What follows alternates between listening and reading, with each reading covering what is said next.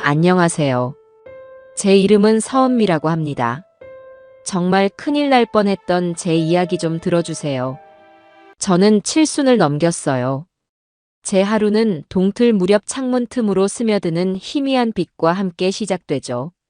많은 이들이 제 나이를 듣고는 이제 좀 편히 쉬시라고 하지만 몸을 움직여 무언가를 할 수 있다는 사실이 저는 참 좋습니다. 특히 사랑하는 가족을 위해 따뜻한 아침을 준비하는 것은 제게 남은 가장 큰 기쁨이자 낙이었어요.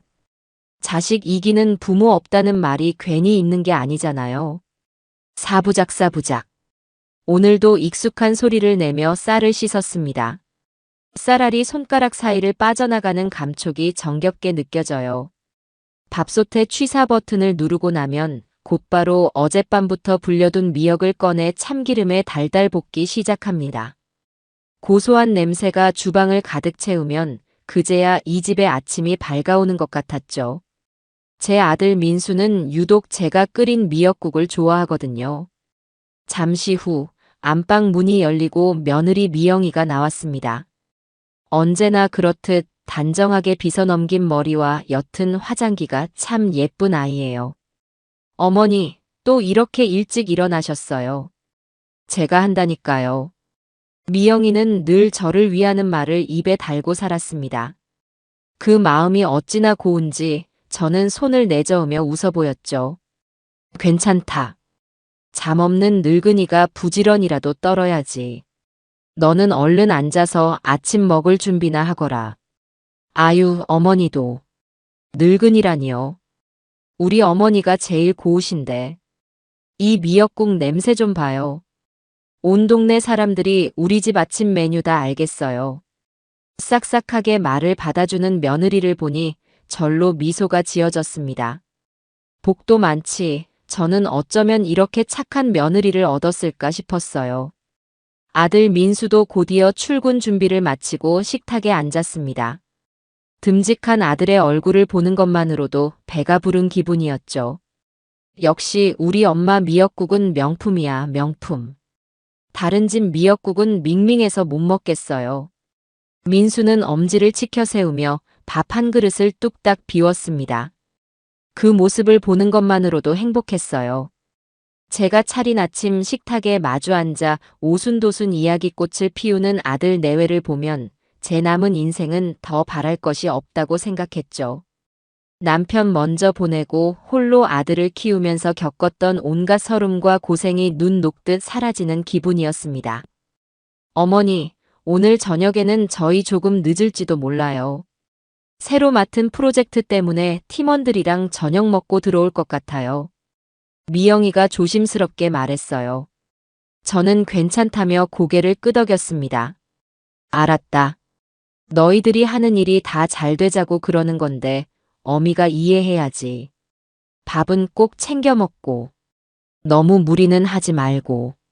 네, 어머니. 아, 그리고 민수 씨. 당신 오늘 오후에 박 부장님하고 약속 있는 거 잊지 않았죠? 아, 맞다. 깜빡할 뻔했네. 알려줘서 고마워. 당신 아니었으면 큰일 날 뻔했어. 민수와 미영이는 서로를 쳐다보며 웃었습니다. 참 잘 어울리는 한 쌍이었어요. 하지만 아주 찰나의 순간 두 사람의 눈빛이 스치는 모습에서 무언가 낯선 느낌을 받았습니다. 단순한 부부 사이의 신호라기에는 마치 중요한 작전을 앞둔 동료들처럼 보였다고 할까요? 저는 고개를 저으며 생각을 떨쳐냈습니다. 제가 늙어서 괜한 상상을 다 하는 것이겠지요. 아들 내외가 출근하고 난 뒤 텅 빈 집에는 다시 정적만이 감돌았습니다. 저는 설거지를 마치고 거실 창가에 놓인 화초들의 마른 잎을 떼어주며 시간을 보냈어요. 햇살이 참 좋은 날이었죠. 그때였습니다. 베란다에서 빨래를 널고 있는데 외출했던 미영이가 다시 집으로 들어오는 소리가 들렸어요. 무언가 서류를 깜빡하고 놓고 갔다나 봐요. 잠시 후 미영이는 안방이 아닌 베란다 쪽으로 와서 조심스럽게 통화를 시작했습니다. 아마 제가 거실에 있을 거라고 생각했나 봐요. 저는 하던 일을 멈추고 가만히 귀를 기울였습니다. 일부러 엿들으려고 한 것은 아니었어요. 하지만 미영이의 목소리는 평소보다 한 톤 낮아져 있었고 그 내용이 제 귓가에 선명하게 박혔습니다. 네, 팀장님. 서류는 제가 다시 챙겨가고 있습니다. 걱정 마세요. 여기까지는 평범한 회사 통화 같았죠. 하지만 이어지는 말들이 제 가슴을 철렁하게 만들었습니다. 그럼요. 어르신께는 그냥 좋은 투자라고만 말씀드려요. 요즘 같은 저금리 시대에 이만한 게 없다고. 원금 보장은 확실하다고 몇 번을 강조하고요. 네네. 자식들한테는 절대 말 못하게 해야죠. 그럼요. 괜히 알면 시끄러워지니까. 미영이는 전화를 끊고 서둘러 집을 나서는 듯 했습니다. 저는 한동안 그 자리에 못 박힌 듯 서 있었어요. 어르신, 좋은 투자, 원금 보장. 분명 며느리가 하는 일이 금융과 관련이 있다고는 들었지만 무언가 이상했습니다. 왜 자식들에게는 비밀로 해야 하는 걸까요? 정말 좋은 투자라면 가족에게 먼저 알려야 하는 것 아닌가요? 찜찜한 기분이 가슴 한구석에 돌덩이처럼 내려앉았습니다. 애써 고개를 저었죠. 아닐 거야. 내가 무언가 오해한 거겠지. 우리 착한 미영이가 그럴 리가 없어. 저는 스스로를 다독이며 남은 집안일을 마저 하기로 했습니다. 불안한 마음을 떨쳐내는 데에는 몸을 부지런히 움직이는 것만큼 좋은 게 없으니까요. 그날 오후 저는 큰 마음 먹고 아들 내외의 방을 정리하기로 마음먹었습니다. 특히 민수의 옷장은 계절이 몇 번이나 바뀌도록 제대로 정리된 적이 없었죠. 가끔 미영이가 정리를 하기는 했지만 제 눈에는 영 부족해 보였습니다. 옷을 전부 꺼내 먼지도 털어주고 계절에 맞게 다시 정리해주고 싶었어요. 어미의 마음이란 게 다 그런 거 아니겠어요. 민수의 방은 깔끔했지만 어딘지 모르게 찬 기운이 돌았습니다. 책상 위에는 제가 알지 못하는 최신형 컴퓨터와 복잡해 보이는 서류들이 놓여 있었죠. 저는 그쪽으로는 눈길도 주지 않고 곧장 옷장으로 향했습니다. 생각보다 옷이 훨씬 많았어요. 명품 로고가 선명한 옷들도 꽤 보였죠. 아들 녀석, 언제 이렇게 비싼 옷들을 다 샀을까? 기특한 마음보다는 걱정이 앞서는 것은 어쩔 수 없었습니다. 옷을 하나하나 꺼내 침대 위에 쌓아두기 시작했습니다. 양복, 셔츠, 외투. 옷을 꺼낼수록 장롱 안쪽 깊숙한 공간이 드러났어요. 안쪽 벽에 손을 짚고 마지막 옷걸이를 꺼내려 몸을 숙이는 순간이었습니다. 끼. 현관문이 열리는 소리가 들렸습니다. 심장이 쿵 하고 내려앉았죠. 시간은 이제 겨우 오후 3시를 넘기고 있었습니다. 저녁 늦게 들어온다던 아들 내외가 어째서 벌써 돌아온 걸까요? 머릿속이 하얗게 변했습니다. 아들 방을, 그것도 옷장을 뒤지고 있는 모습을 보이면 어떤 오해를 살지 몰랐어요. 좋은 마음으로 시작한 일인데 잔소리를 듣고 싶지는 않았습니다. 어디 갔지? 분명히 책상 위에 뒀는데. 내가 아침에 챙기라고 했잖아. 그거 없으면 오늘 박 영감님 만나는 거 다 소용없게 된다고. 다급한 아들 내외의 목소리가 방문 앞에서 들려왔습니다.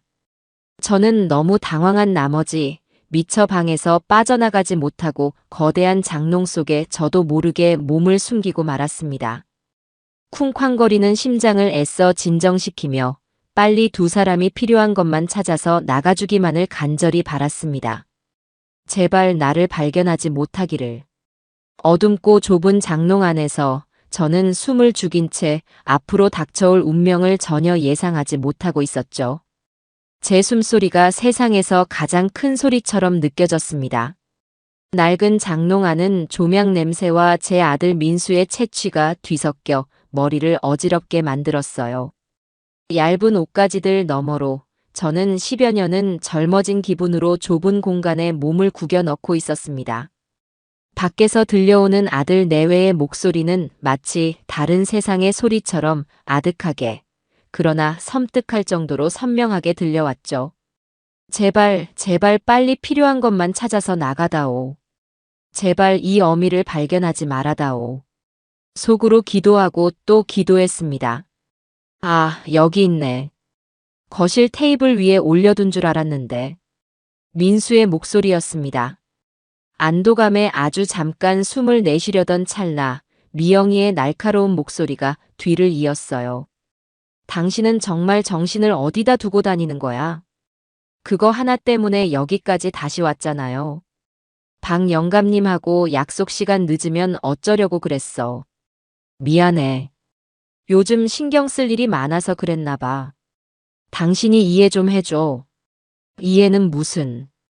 이런 중요한 시기에 당신 하나 실수하는 것 때문에 우리 계획 전체가 어그러질 수도 있다는 생각은 안 해? 이번 거는 액수가 크단 말이야. 이거 하나만 성공하면 우리도 이 지긋지긋한 빚더미에서 벗어날 수 있어. 빚더미라니요. 저는 제 귀를 의심했습니다. 남부러울 것 없이 번듯한 회사에 다니는 아들 내외에게 빚이 있다니요. 그것도 지긋지긋한이라는 표현을 쓸 정도로 심각하게 말입니다. 저는 그동안 아무것도 모르고 있었습니다. 아들의 얼굴에 드리워져 있던 그늘의 이유를, 며느리의 미소 뒤에 숨겨진 날카로움의 정체를 전혀 눈치채지 못했던 거죠. 어미로서 죄책감이 밀려왔습니다. 알았어, 알았다고. 그만 잔소리해. 내가 다 알아서 할 테니까. 민수의 목소리에는 짜증이 가득 섞여 있었습니다. 그때 장롱 바로 옆에 붙어 있는 서랍장을 여는 소리가 들렸어요. 심장이 발밑까지 곤두박질 치는 기분이었습니다. 근데 서류는 정말 완벽한 거지. 그 영감 의심 많아 보이던데. 걱정 마. 내가 누군데. 진짜 투자 서류랑 똑같이 보이도록 얼마나 공을 들였는데. 거기에 우리 회사 로고까지 박아뒀다고. 사람들은 그런 디테일에 속아 넘어가. 특히 노인들은 더 그렇지. 외롭고 누가 자기한테 신경 써주는 것 같으면 간이고 쓸개고 다 빼주잖아. 미영이의 목소리는 차갑고 단단했습니다. 제 며느리가 맞나 싶을 정도로 낯설게 느껴졌어요. 사람의 선의를 그렇게 아무렇지 않게 이용할 수 있다니요. 저는 장롱의 딱딱한 벽에 등을 기댄 채 온몸이 차갑게 식어가는 것을 느꼈습니다. 그들이 말하는 박 영감님이 누구일까? 혹시 경로당에서 가끔 마주치던 인상 좋으신 박 선생님을 말하는 걸까요? 그분은 아내를 먼저 보내고 자식들은 다 외국에 나가 있어서 홀로 외롭게 지내시는 분이었습니다. 박 영감 평생 모은 돈이 그 상가 건물이랑 예금 조금이라며. 그거 정리하면 좋기 10억은 넘을 텐데. 우리가 제시할 상품은 3년 만기 연 15% 수익 보장. 원금은 당연히 안전하게 보존되고요. 아주 귀가 솔깃할 이야기지. 민수가 자랑스럽다는 듯 말했습니다. 제 아들의 입에서 나온 말이라고는 도저히 믿을 수가 없었어요. 연 15% 수익 보장이라니. 세상에 그런 투자가 어디 있단 말입니까? 그건 투자가 아니라 사기였어요. 명백한 사기였습니다. 맞아. 그리고 우리가 계속 아들, 딸처럼 살갑게 굴었잖아. 매일 안부 전화하고 반찬도 몇 번 가져다 드리고. 아마 지금쯤이면 우리를 자기 자식보다 더 믿을걸. 외로운 노인들한테는 그런 게 최고야. 마음의 빗장을 열게 하는 열쇠 같은 거지. 미영이의 말은 제 가슴에 비수처럼 날아와 박혔습니다. 저를 향해 어머니, 어머니 하며 살갑게 굴던 그 모든 행동들이 아침마다 제 음식이 최고라며 엄지를 치켜 세우던 아들의 칭찬이 전부 거짓이었을지도 모른다는 끔찍한 생각이 들었습니다. 어쩌면 저 또한 그들의 관리 대상 중 하나였을지도 모른다는 생각에 온몸에 소름이 돋았습니다. 그래도 조금 마음에 걸리긴 하네. 그 영감님, 우리 엄마랑 동갑이잖아. 민수의 목소리가 아주 작게 떨렸습니다. 그 순간 저는 아주 희미한 희망을 보았습니다. 그래, 내 아들은 아직 양심이 남아있는 거야. 잠시 나쁜 마음에 흔들리는 것뿐이야. 제가 바로 잡아줄 수 있을 겁니다. 쓸데없는 소리 하지 마. 당신 지금 동정심 느낄 때야? 네 엄마는 네가 이렇게 빚더미에 앉아 있는 거 알면 뭐라고 하실 것 같아? 오히려 당신 등이라도 두들겨 패실걸. 우리가 이러는 거 다 잘 살아보려고 하는 거잖아.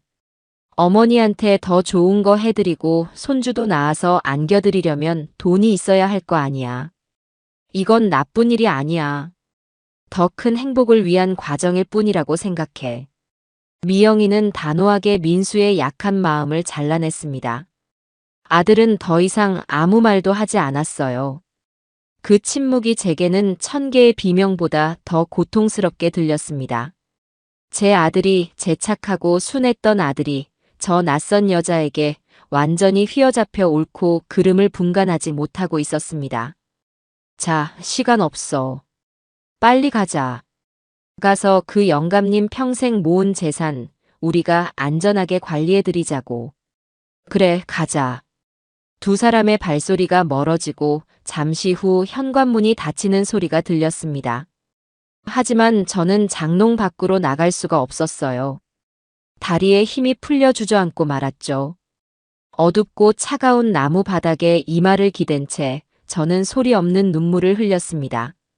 제 인생이 제가 평생을 바쳐 쌓아 올렸다고 믿었던 모든 것들이 한순간에 무너져 내리는 기분이었습니다.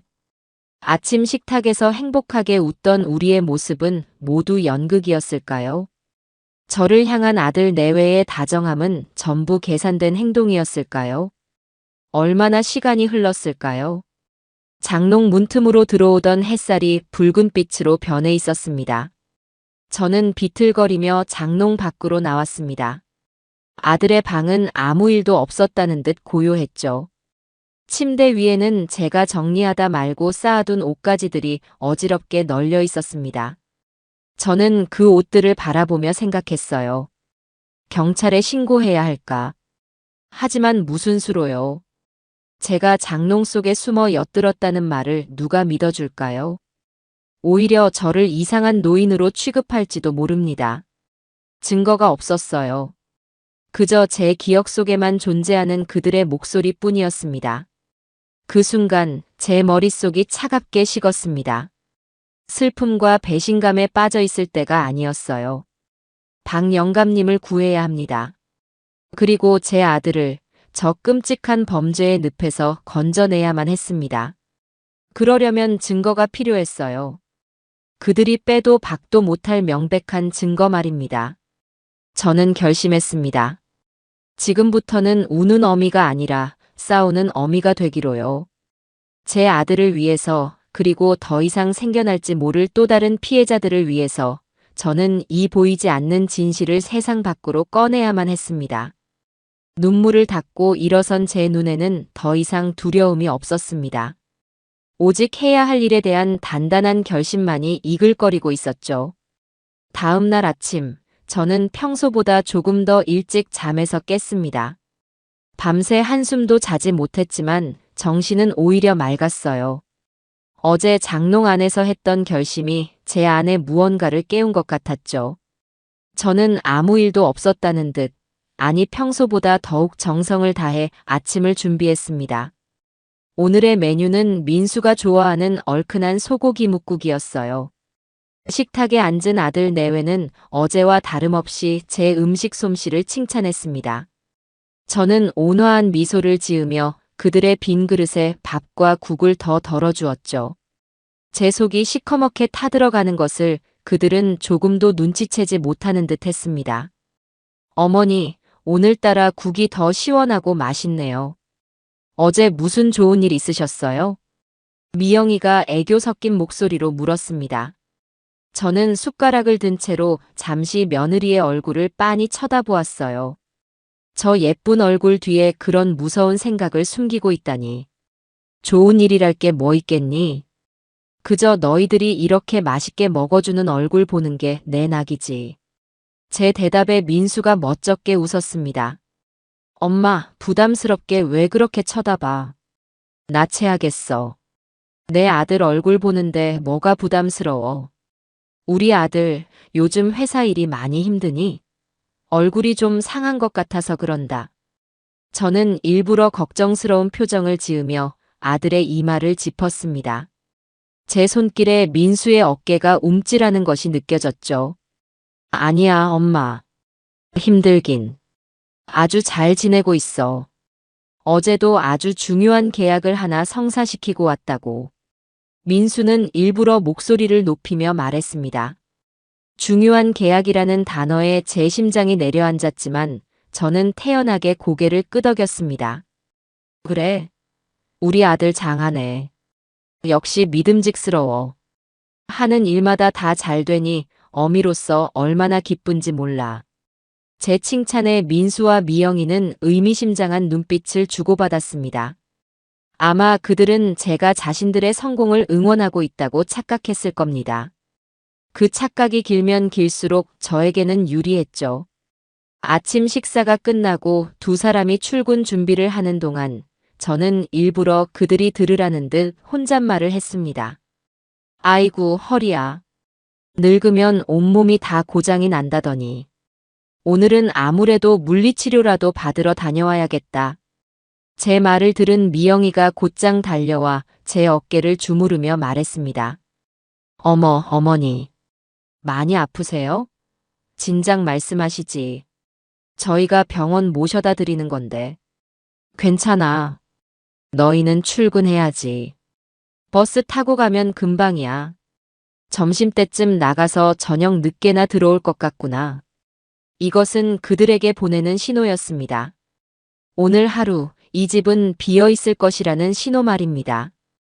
두 사람은 제 말을 듣고는 안심하는 기색이 역력했어요. 제가 집에 없으면 자신들의 계획에 대해 더 자유롭게 이야기할 수 있다고 생각했겠죠. 아들 내외가 출근하는 것을 확인한 뒤 저는 5분쯤 기다렸다가 조용히 현관문을 열고 밖으로 나갔습니다. 그리고 아파트 복도 끝에 있는 계단참에 몸을 숨겼죠. 혹시나 두 사람이 무언가를 잊고 다시 돌아올지도 모른다는 생각 때문이었습니다. 제 예상은 맞았어요. 10분쯤 지났을까 미영이가 혼자 조용히 집으로 다시 들어가는 것이 보였습니다. 그리고 잠시 후 작은 손가방 하나만 들고 다시 나왔죠. 아마 어제 민수가 찾던 그 중요한 서류를 다시 집에 가져다 놓으려는 것이었을 겁니다. 모든 것이 제 계획대로 되어가고 있었습니다. 미영이가 완전히 사라진 것을 확인한 뒤 저는 집으로 돌아왔습니다. 그리고 망설임 없이 아들 내외의 방으로 향했죠. 심장이 세차게 뛰었지만 두렵지는 않았습니다. 방문을 닫고 저는 어제 민수와 미영이가 뒤적이던 서랍장부터 열어보았습니다. 하지만 서랍장은 텅 비어 있었어요. 역시 그렇게 찾기 쉬운 곳에 둘 리가 없었죠. 저는 침착하게 방 안을 둘러보았습니다. 책상 위, 책장, 심지어 침대 밑까지 샅샅이 뒤졌지만 서류로 보이는 것은 아무것도 없었습니다. 마음이 조급해지기 시작했어요. 그때 제 눈에 장롱 위에 놓인 낡은 등산 가방 하나가 들어왔습니다. 민수가 아주 오래전에 사용하던 것이었죠. 저렇게 낡은 걸 아직도 버리지 않았구나. 의아한 생각에 의자를 밟고 올라서서 가방을 내렸습니다. 가방은 생각보다 묵직했어요.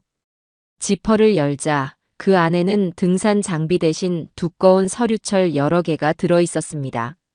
서류철 표지에는 고객관리대장이라는 글씨가 적혀 있었어요.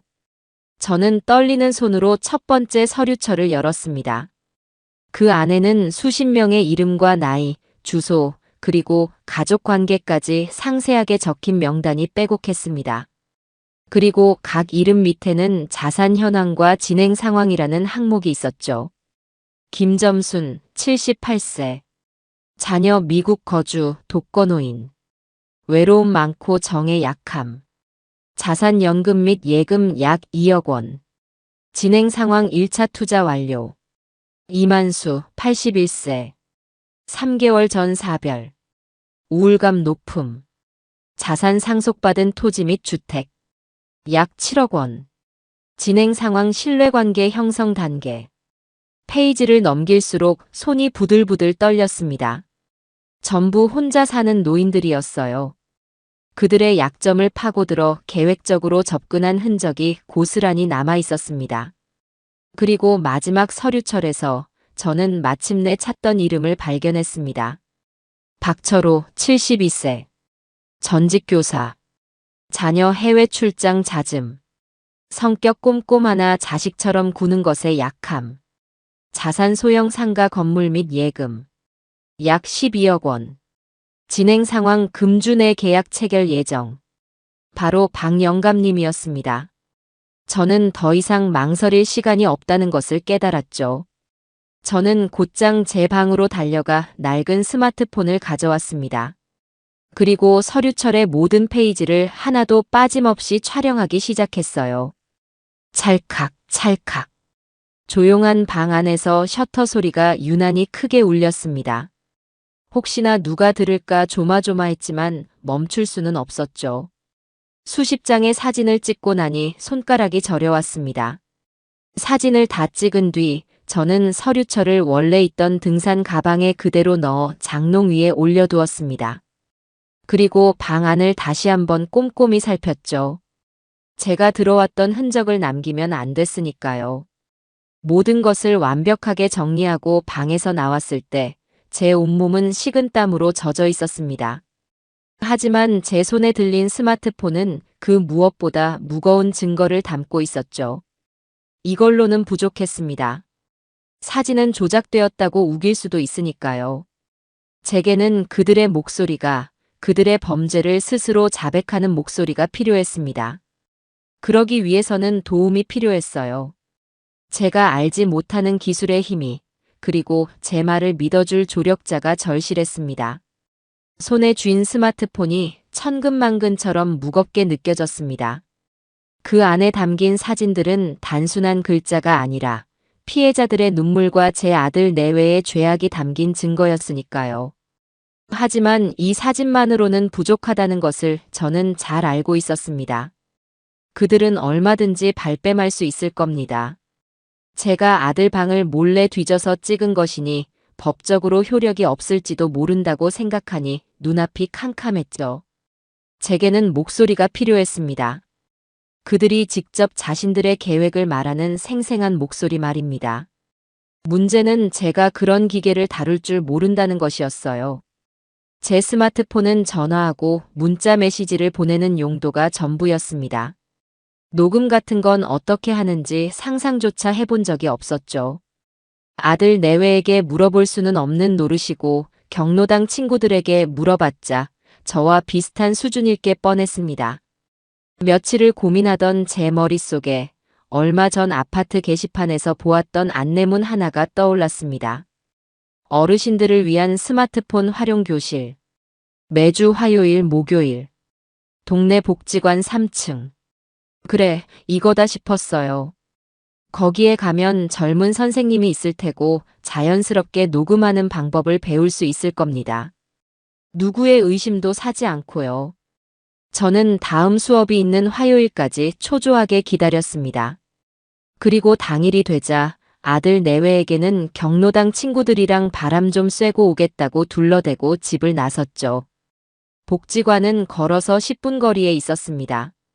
3층 강의실 문을 열자 저와 비슷한 연배의 어르신 대여섯 분이 먼저 와서 자리를 잡고 앉아 계셨어요. 다들 새로운 것을 배운다는 설렘에 얼굴에 웃음꽃이 피어 있었습니다. 저 혼자만 무거운 비밀을 안고 그 자리에 앉아 있으니 어딘지 모르게 죄를 짓는 기분이 들었죠. 곧이어 강의실 문이 열리고 훤칠한 청년 한 명이 들어왔습니다. 맑고 총명해 보이는 눈에 서글서글한 미소를 짓고 있었죠. 안녕하세요, 어르신들. 오늘부터 스마트폰 활용 교실을 맡게 된 김준서라고 합니다. 잘 부탁드립니다. 준서 씨의 목소리는 힘차고 따뜻했습니다. 그는 수업을 시작하며 어려운 용어 대신 어르신들이 알아듣기 쉬운 말로 하나하나 차근차근 설명해 주었습니다. 메시지를 보내는 법, 사진을 찍고 자식들에게 전송하는 법, 인터넷으로 뉴스를 보는 법까지. 다른 어르신들이 질문할 때마다 그는 단 한 번도 귀찮은 내색 없이 자리로 다가가 직접 시범을 보여주며 알려주었습니다. 그 모습을 보며 저는 마음속으로 저 사람이라면 제 이야기를 들어줄지도 모른다는 작은 희망을 품게 되었어요. 몇 번의 수업이 더 진행되었습니다. 저는 누구보다 열심히 수업에 참여했죠. 준서 씨도 그런 저를 눈여겨보았는지 쉬는 시간이면 제게 다가와 먼저 말을 걸어주기도 했습니다. 어머니, 정말 열심히시네요. 다른 분들보다 훨씬 빨리 배우시는 것 같아요. 선생님이 워낙 잘 가르쳐 주시니까 그렇죠. 우리 같은 늙은이들한테 이렇게 친절하게 대해주니 얼마나 고마운지 몰라요. 그렇게 조금씩 준서 씨와 안면을 트고 신뢰를 쌓아갔습니다. 그리고 마침내 결심한 날, 저는 수업이 끝난 뒤 모두가 돌아가고 난 강의실에 홀로 남아 그를 기다렸습니다. 어머니, 안 가시고 무슨 일이세요? 제게 다가오는 준서 씨의 얼굴을 보며 저는 마른 입술을 하찼습니다. 이 이야기를 어디서부터 어떻게 꺼내야 할까요? 선생님, 나 좀 도와줄 수 있어요? 아주 중요한 일인데 다른 사람한테는 절대 말 못할 일이라서요. 제 목소리가 떨려 나왔습니다. 준서 씨는 제 심상치 않은 표정을 보고는 의자를 끌어와 제 맞은편에 앉았어요. 무슨 일이신데요, 어머니? 말씀해 보세요. 제가 도울 수 있는 일이라면 뭐든지요. 그 따뜻한 말 한마디에 그동안 억눌러왔던 감정이 북받쳐 올라 눈물이 터져 나왔습니다. 저는 흐르는 눈물을 닦으며 제 아들이 나쁜 사람들에게 속고 있는 것 같다고 둘러댔습니다. 사업 파트너가 아들에게 불리한 계약을 강요하는 것 같은데 아들은 제 말을 믿어주지 않는다고요. 그래서 두 사람이 대화하는 것을 녹음해서 아들에게 들려주고 싶다고, 제 아들을 지키고 싶다고 애절하게 말했습니다. 제 아들이 가해자가 아닌 피해자인 것처럼 꾸며낸 거짓말이었죠. 제 이야기를 듣는 내내 준서 씨의 표정은 심각했습니다. 그는 한참을 망설이는 듯 보였어요.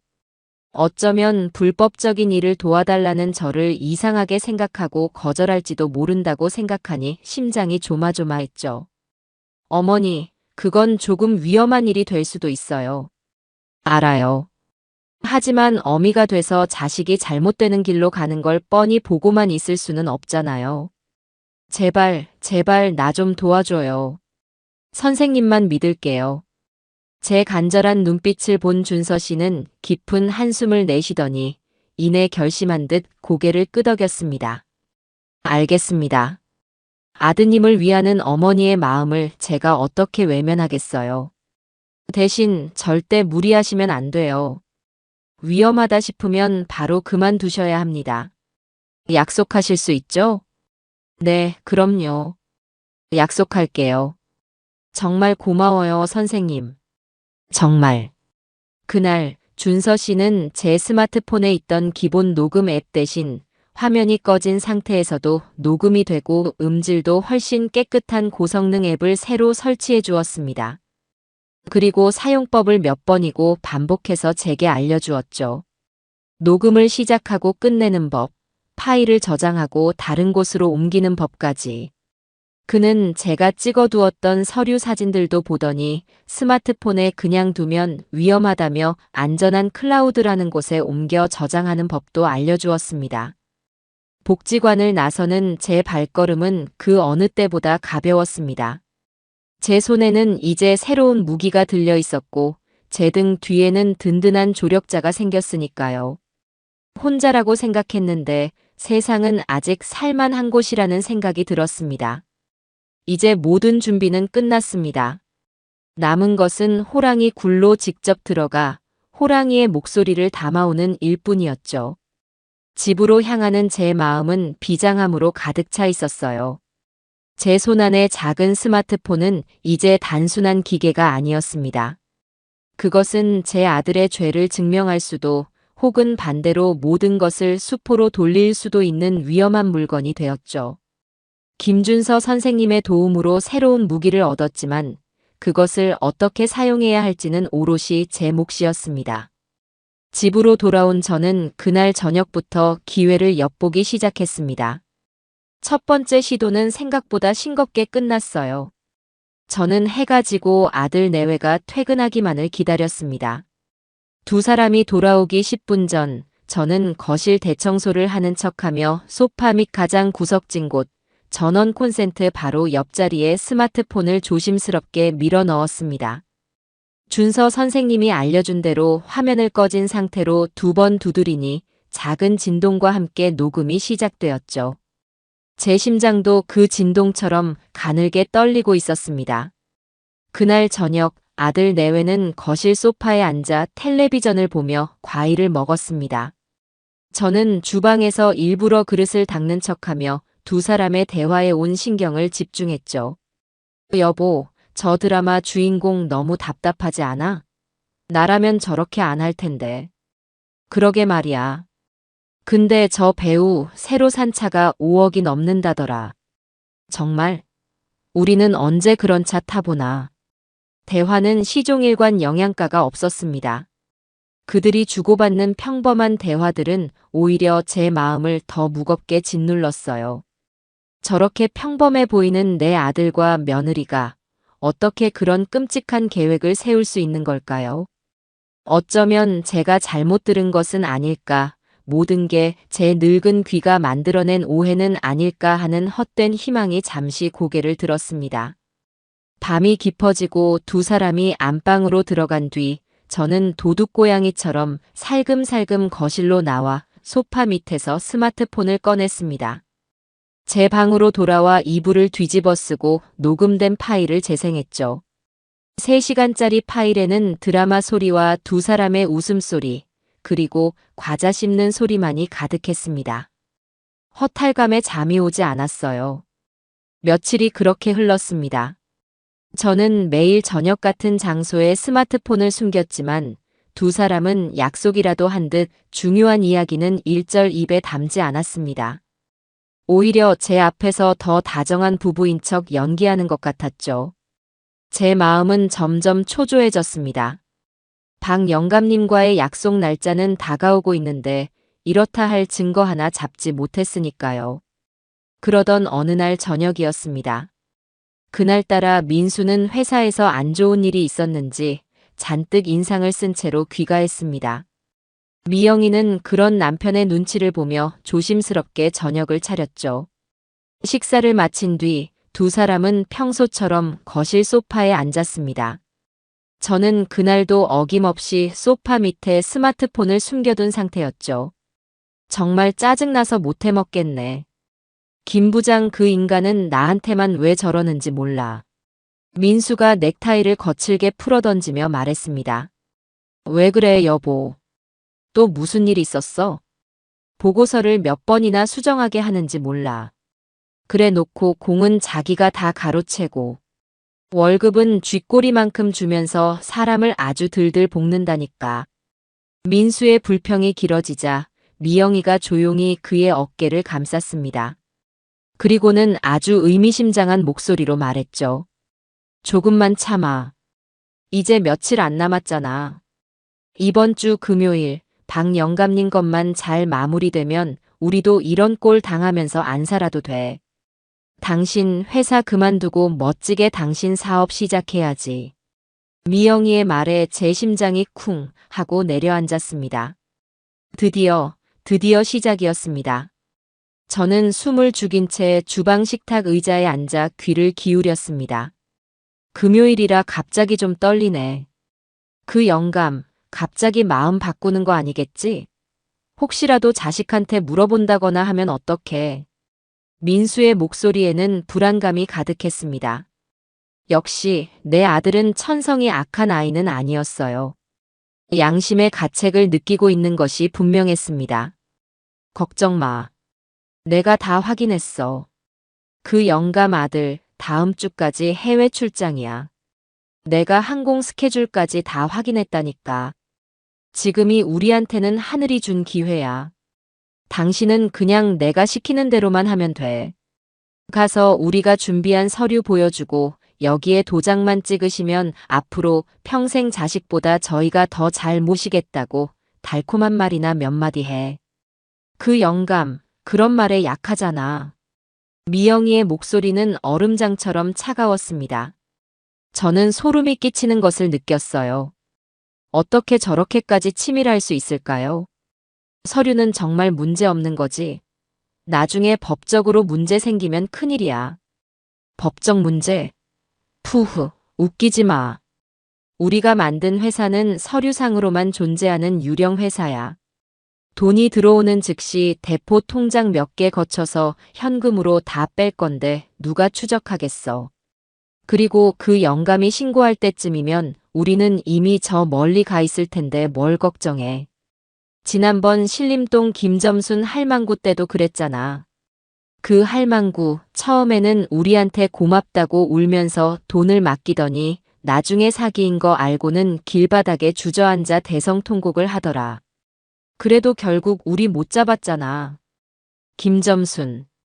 제가 서류철에서 보았던 바로 그 이름이었습니다.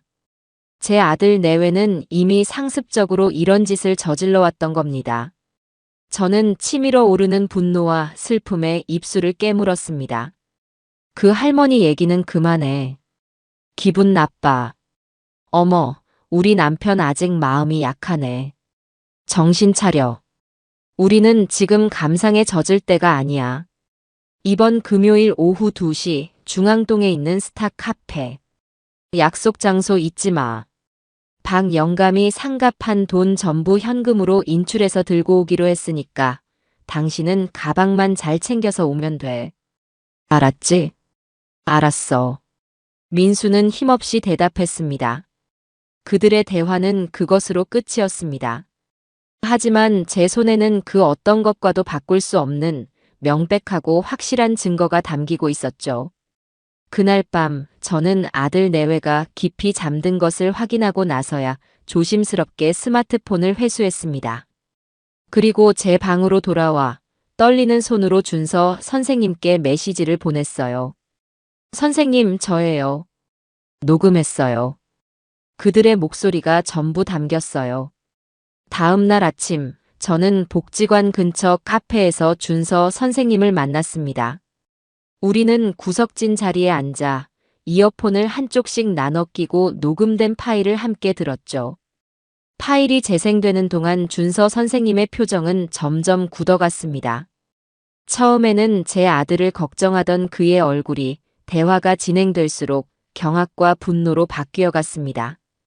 어머니, 이건 제가 생각했던 것보다 훨씬 심각한데요.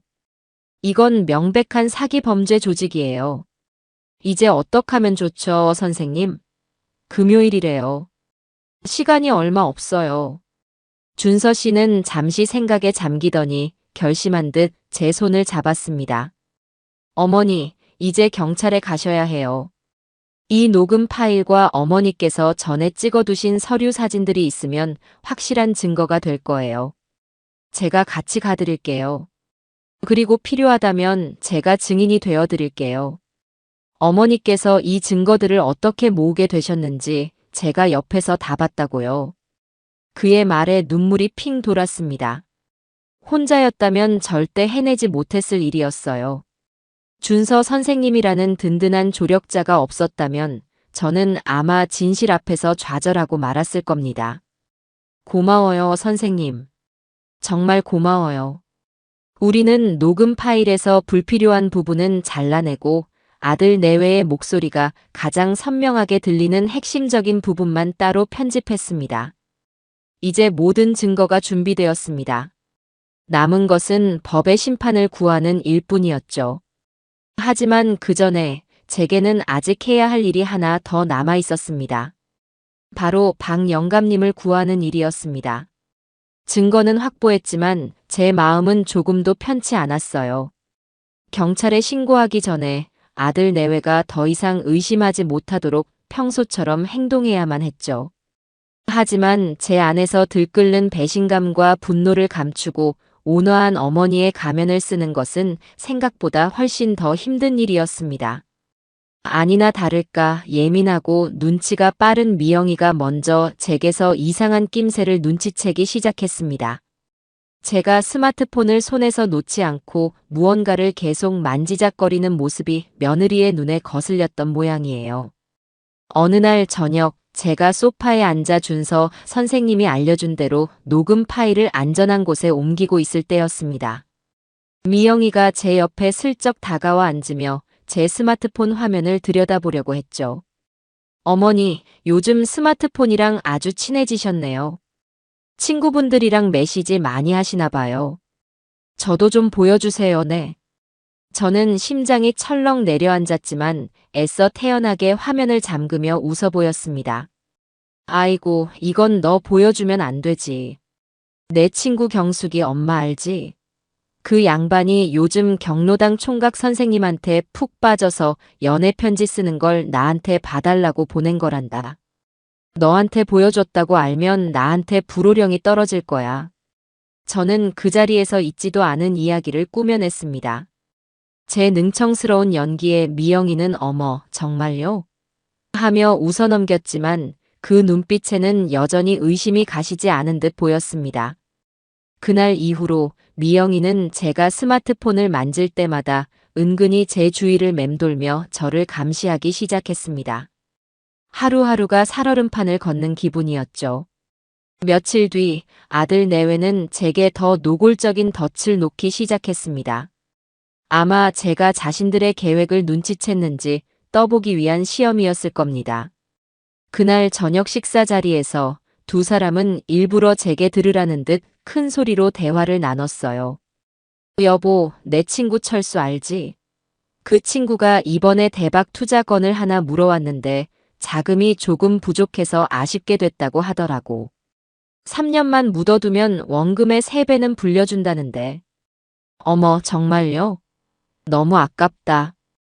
요즘 같은 세상에 그런 기회가 어디 흔한가요? 우리도 그런데 투자해서 돈 좀 불려야 어머니 호강시켜 드릴 텐데 말이에요. 두 사람은 슬쩍 제 눈치를 살폈습니다. 저는 못 들은 척 묵묵히 밥만 먹었죠. 그러자 이번에는 민수가 직접 저를 향해 말을 걸었습니다. 그의 얼굴에는 온갖 효심 가득한 표정이 떠올라 있었어요. 엄마, 혹시 여윳돈 좀 있으세요? 정말 안전하고 확실한 건데 엄마 노후 저희가 책임져야 하는데 이걸로 크게 불려서 호강시켜 드리고 싶어서요. 제가 엄마 돈 허투루 쓸 아들이 아니란 거 잘 아시잖아요. 올 것이 왔구나 싶었습니다.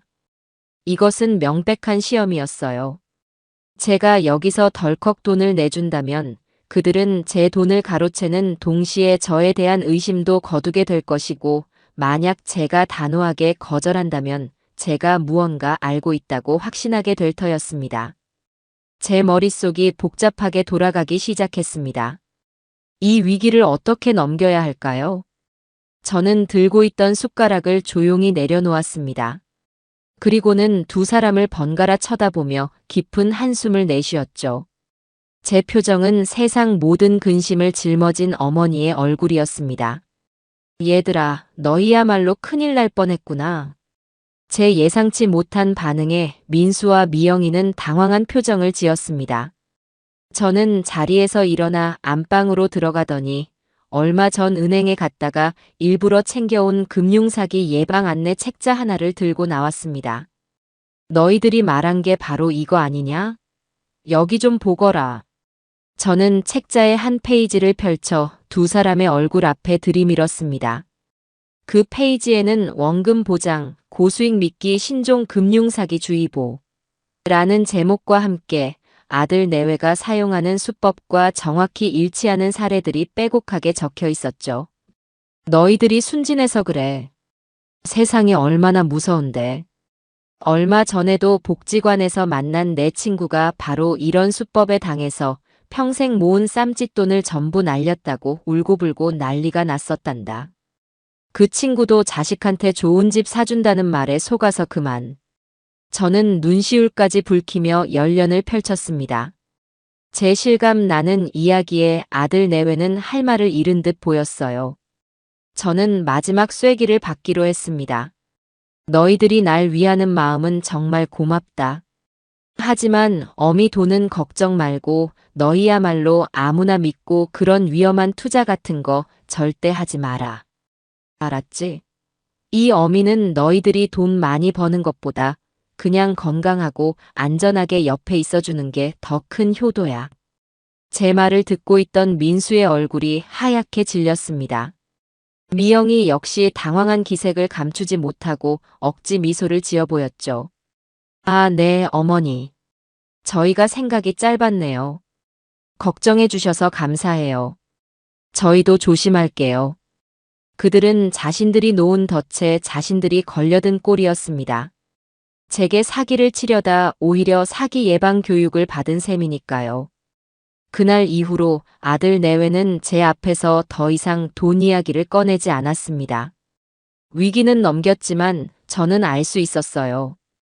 그들의 의심이 완전히 사라진 것은 아니라는 것을요. 오히려 제가 생각보다 만만치 않은 상대라는 것을 깨닫고 더 경계하게 되었을 겁니다. 제게 남은 시간은 얼마 없었습니다. 그들이 박 영감님을 만나기 전에 제가 먼저 움직여야만 했습니다. 아들 내외와의 아슬아슬한 심리전은 저를 극도로 지치게 만들었습니다. 하지만 주저앉아 있을 수만은 없었죠. 녹음 파일에서 들었던 금요일 오후 2시라는 약속 시간은 멈추지 않는 초침 소리처럼 제 귓가에서 끊임없이 맴돌았습니다. 경찰이 움직이기만을 기다리기에는 시간이 너무 촉박했고 무엇보다 박 영감님의 평생 모은 재산이 걸린 일이었죠. 저는 제가 직접 나서야 한다고 결심했습니다. 문제는 어떻게 박 영감님께 이 사실을 알리느냐였습니다. 제가 직접 찾아가 당신 아들이 사기꾼이니 조심하시오라고 말할 수는 없는 노릇이었죠. 그랬다가는 제 정체가 탄로나는 것은 물론이고 박 영감님 역시 제 말을 쉽게 믿어주지 않을 터였습니다. 제게는 자연스럽게 그리고 아주 교묘하게 그에게 경고를 흘릴 방법이 필요했습니다. 저는 며칠간 고민한 끝에 가장 좋은 장소가 바로 동네 어르신들이 모두 모이는 경로당이라는 결론을 내렸습니다. 그곳이라면 박 영감님을 자연스럽게 만날 수 있을 뿐더러 다른 사람들이 있는 곳에서 마치 모두에게 하는 이야기인 척 정보를 흘릴 수도 있었으니까요. 약속 하루 전인 목요일 오후 저는 일부러 화사한 옷으로 갈아입고 집을 나섰습니다. 경로당에 들어서니 역시나 많은 어르신들이 모여 장기를 두거나 텔레비전을 보고 계셨죠. 저는 매의 눈으로 사람들 사이를 훑었습니다. 다행히도 박 영감님은 창가 쪽 자리에 홀로 앉아 신문을 보고 계셨어요. 그런데 어딘지 모르게 안색이 어둡고 수심이 가득해 보였습니다. 아마 내일 있을 계약 때문에 마음이 복잡하신 것이겠죠. 저는 일부러 박 영감님 근처에 있는 다른 할머니들 무리에 섞여 앉았습니다. 그리고는 마치 아주 재미있는 이야기를 들었다는 듯 호들갑스러운 목소리로 말문을 열었죠. 아이고 세상에. 여러분. 내가 어제 텔레비전에서 아주 무서운 걸 봤지 뭐예요. 제 목소리에 주변 어르신들의 시선이 집중되었습니다. 당연히 창가에 앉아있던 박 영감님의 귀도 제 쪽을 향했죠. 요즘 신종 사기 수법이라는데 아주 교묘해서 안 당할 수가 없겠더라고. 글쎄, 젊고 번듯하게 생긴 부부가 혼자 사는 노인들한테 접근해서는 자식보다 더 살갑게 굴면서 마음을 쏙 빼놓는데요. 제 말에 여기저기서 어머나 세상에 하는 탄식이 터져 나왔습니다. 저는 곁눈질로 박 영감님을 살폈습니다. 그는 신문을 보는 척했지만 온 신경은 제 이야기에 쏠려 있는 것이 분명했어요. 그러고 나서는 아주 특별하고 안전한 투자 상품이 있는데 어르신께만 몰래 알려드리는 겁니다 하면서 꿰는 거지. 1년에 15%가 넘는 이자를 준다고 원금은 절대 잃을 일이 없다고요. 그런 말에 안 넘어갈 사람이 어디 있겠어요. 15% 이자라는 말이 나오는 순간 박 영감님의 어깨가 움찔하는 것을 저는 똑똑히 보았습니다. 그의 손에 들려있던 신문이 미세하게 떨리고 있었죠. 저는 이야기를 계속 이어나갔습니다. 제가 들려주는 이야기는 단순한 사기 수법 나열이 아니었습니다. 그것은 바로 내일 박 영감님이 겪게 될 일에 대한 생생한 예고편이었죠. 그렇게 해서 평생 모은 돈을 몽땅 맡기고 나면 처음 몇 달은 약속한 대로 이자도 꼬박꼬박 보내준대요. 그럼 노인네는 완전히 믿어버리는 거지. 역시 사람은 겉모습만 보고 판단하면 안 돼. 저렇게 착한 젊은이들이 다 있구나 하면서요. 그러다가 어느 날 갑자기 그 젊은 부부가 연기처럼 사라져버리는 거예요. 전화도 안 받고 집도 텅 비어 있고. 그때서야 사기당한 걸 알게 되는 거지. 평생 모은 재산을 한순간에 다 잃고 길바닥에 나앉게 되는 거예요. 쯧쯧. 제 이야기가 끝나자 경로당 안은 순간 정적에 휩싸였습니다. 모두가 안타까운 표정으로 혀를 찼죠. 저는 마지막으로 결정적인 한마디를 덧붙였습니다. 그러니까 다들 조심하셔야 해요. 요즘 세상에 자식보다 더 잘해주는 사람이 있으면 그건 10중 8구 사기꾼이래요. 세상에 공짜는 없는 법이니까요. 특히 큰돈이 오가는 일은 무조건 자식들하고 먼저 상의를 해야 하고요. 그 말을 끝으로 저는 자리에서 일어났습니다. 그리고 경로당을 나서기 전 박 영감님과 아주 잠깐 눈이 마주쳤죠. 그의 눈은 공포와 혼란으로 심하게 흔들리고 있었습니다. 그는 제게 무언가 말을 걸고 싶어 하는 듯 보였지만 차마 입을 떼지는 못했죠. 저는 그에게 희미하게 고개를 한번 끄덕여 보이고는 조용히 경로당을 빠져나왔습니다.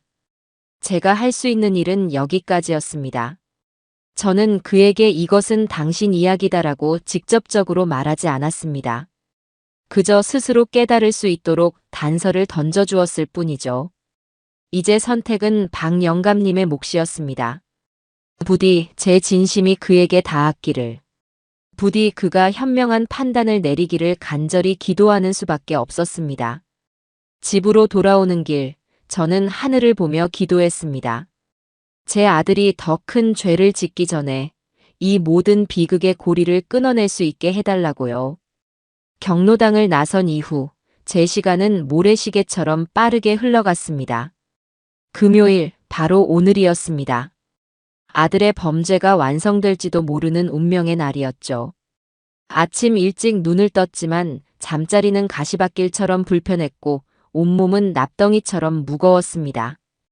오늘 아침 식사는 제 인생에서 가장 힘든 연기가 될 것이 분명했습니다. 제가 차리는 마지막 평범한 밥상일지도 모른다는 생각에 손끝이 저릿저릿 떨려왔죠. 저는 애써 아무렇지 않은 척 평소처럼 북엇국을 끓였습니다. 해장에도 좋다는 북엇국이 오늘 제 아들의 죄를 씻어줄 수는 없겠지요. 식탁에 마주 앉은 아들 내외는 어딘지 모르게 들떠 보였습니다. 특히 미영이는 평소보다 화장도 곱게 하고 옷도 신경 써서 차려입은 모습이었어요. 큰일을 앞둔 사람 특유의 긴장과 흥분이 뒤섞인 분위기였습니다. 어머니, 오늘 북엇국은 정말 끝내주네요. 속이 확 풀리는 것 같아요. 미영이가 과장된 목소리로 칭찬했습니다. 저는 희미하게 웃어 보였죠. 그래, 다행이구나. 민수 너도 많이 먹어라. 오늘 중요한 약속이 있다고 하지 않았니? 밥심으로라도 버텨야지. 제 말에 민수는 숟가락을 든 채 잠시 멈칫했습니다. 제 눈을 똑바로 쳐다보지 못하고 시선을 피했죠. 어응, 엄마. 고마워. 잘 먹을게. 그 짧은 순간 저는 아들의 눈에서 흔들리는 양심을 보았습니다. 하지만 그 양심은 곧 탐욕에 가려져 보이지 않게 되었죠. 아들 내외가 서둘러 아침을 먹고 집을 나서는 뒷모습을 보며 저는 조용히 현관문이 닫힐 때까지 기다렸습니다. 철컥하는 소리가 나자마자 저는 곧장 제 방으로 들어가 감춰두었던 스마트폰을 꺼내 들었습니다. 그리고 떨리는 손가락으로 익숙한 번호를 눌렀죠. 선생님, 저예요. 오늘이에요. 두 사람이 방금 나갔어요. 수화기 너머로 준서 선생님의 차분한 목소리가 들려왔습니다. 어머니, 괜찮으세요? 너무 걱정 마세요. 제가 지금 바로 경찰서 앞으로 갈게요. 거기서 만나서 같이 들어가요. 준서 씨의 목소리를 듣고 나니 조금은 마음이 놓였습니다. 저는 서둘러 외출 준비를 했습니다. 옷장 깊숙이 넣어두었던 가장 평범한 옷을 꺼내 입고 머리를 단정하게 빗었죠. 화장대 거울에 비친 제 얼굴은 낯설기만 했습니다. 하룻밤 사이에 10년은 늙어버린 기분이었어요. 가방 안에는 준서 씨가 모든 증거를 담아준 작은 USB 하나가 들어 있었습니다. 작지만 그 무엇보다 무거운 진실의 무게를 담고 있는 물건이었죠. 경찰서로 가는 버스를 타는 내내 창밖 풍경은 눈에 들어오지 않았습니다.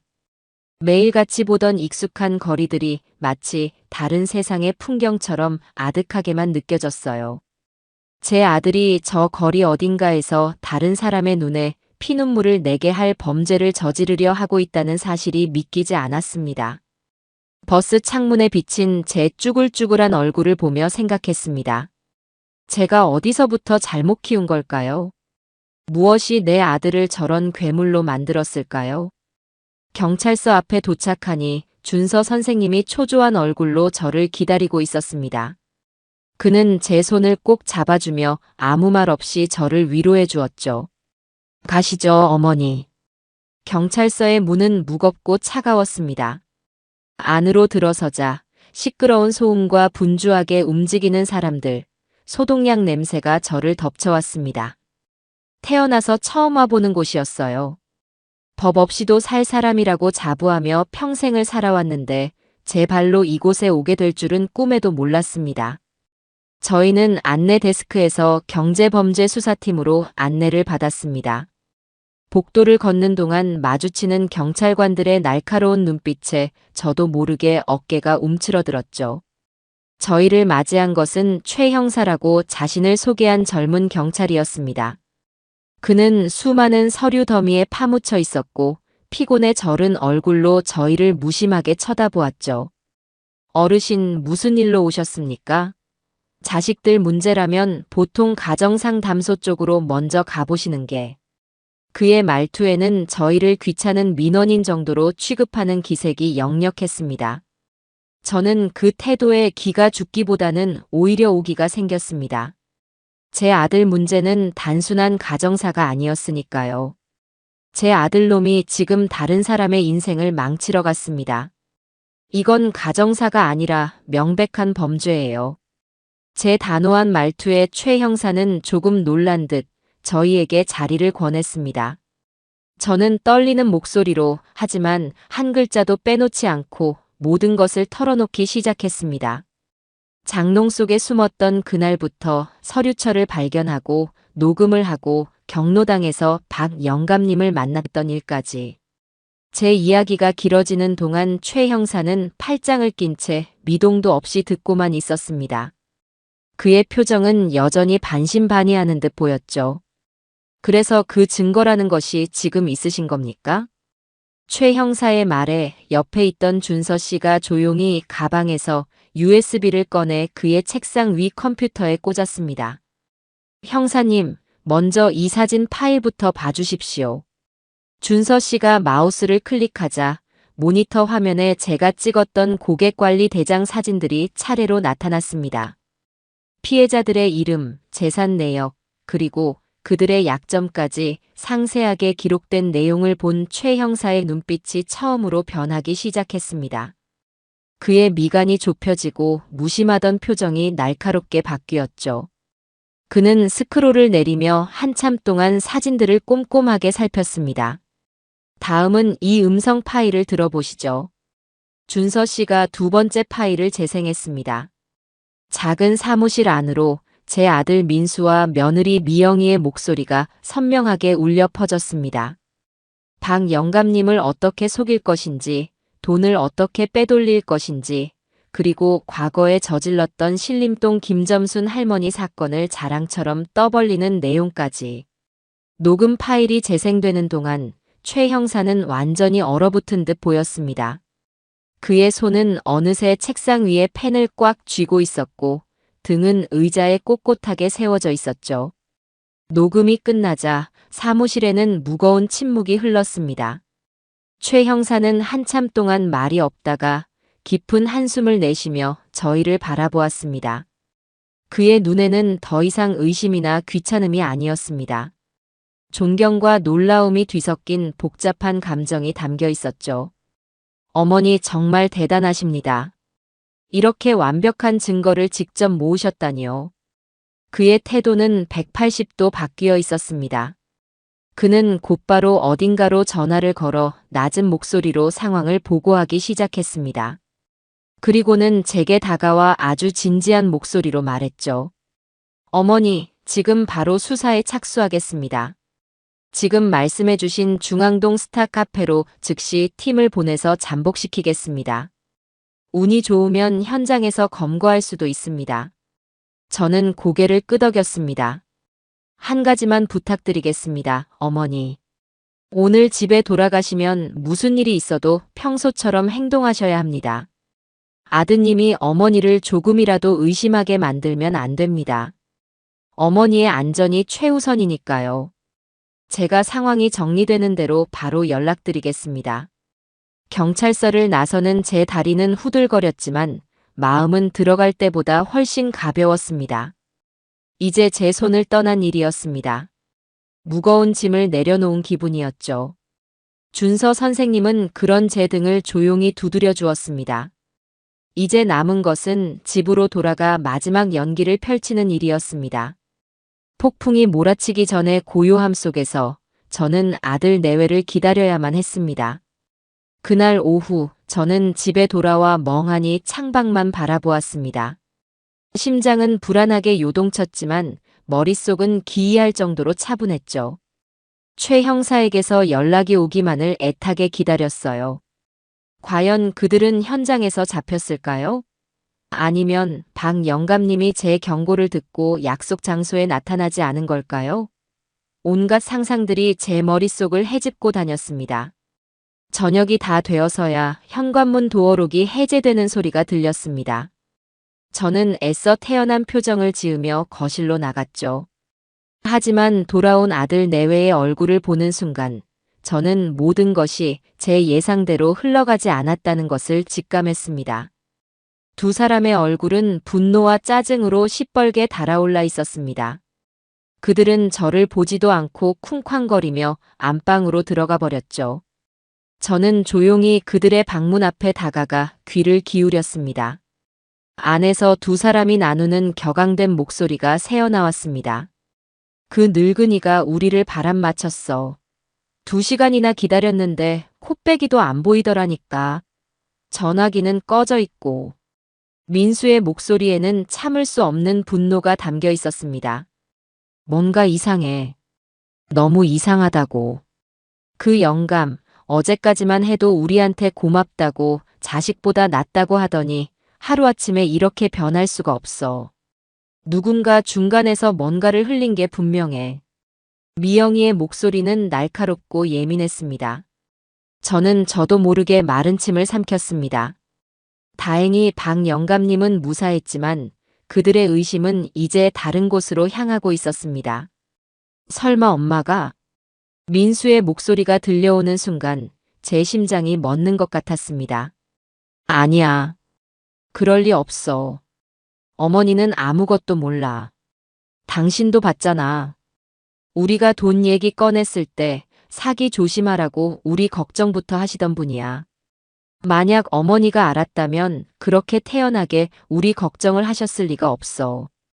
아마 그 영감탱이 변덕이 죽을 듯 하는 거겠지. 아니면 갑자기 외국에서 아들이라도 들어왔거나. 미영이는 스스로의 의심을 부정했습니다.